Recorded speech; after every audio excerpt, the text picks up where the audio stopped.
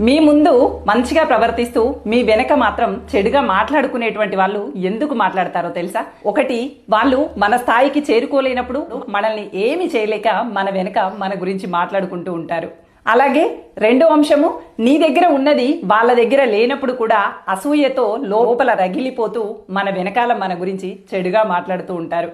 అలాగే నువ్వు జీవిస్తున్న విధంగా వాళ్ళు కూడా జీవించాలనేటువంటి ప్రయత్నం చేసి అది సాధ్యం కాకపోవటం వల్ల కూడా నీ గురించి చెడుగా మాట్లాడుతూ ఉంటారు. నీలా జీవించటం సాధ్యం కానప్పుడు, నీ దగ్గర ఉన్నవి వాళ్ళ దగ్గర లేనప్పుడు, నీ స్థాయికి వాళ్ళు చేరుకోలేనప్పుడు అసంతృప్తితో చెడుగా మాట్లాడుతూ ఉంటారు. అంత మాత్రం చేత ఆ మాటలు నీ చెవిన పడగానే ఎందుకు రగిలిపోతావు? వాళ్ళకన్నా గొప్ప స్థాయిలో ఉన్నావని అర్థం చేసుకుని నవ్వి ఊరుకో. మీ వెనకాల చెడు మాటలు మాట్లాడినటువంటి వాళ్ళ గురించి అస్సలు పట్టించుకోకండి. ఆ విన్న వాళ్ళు వచ్చి మీతో చెప్పినప్పుడు, ఇదిగో నన్ను చూసి నా వ్యక్తిత్వాన్ని నిర్ధారించుకో తప్ప ఎవరో చెప్పినటువంటి మాటల్ని బట్టి కాదు అని చెప్పి వాళ్ళకి చిరునవ్వుతో చెప్పి వదిలేయండి. అంతేకాని ఇలాంటి అంశాల పట్ల మన మనసుని కానీ మన ఆలోచనలు కానీ ఎప్పుడూ ప్రభావితం చేసుకోకూడదు.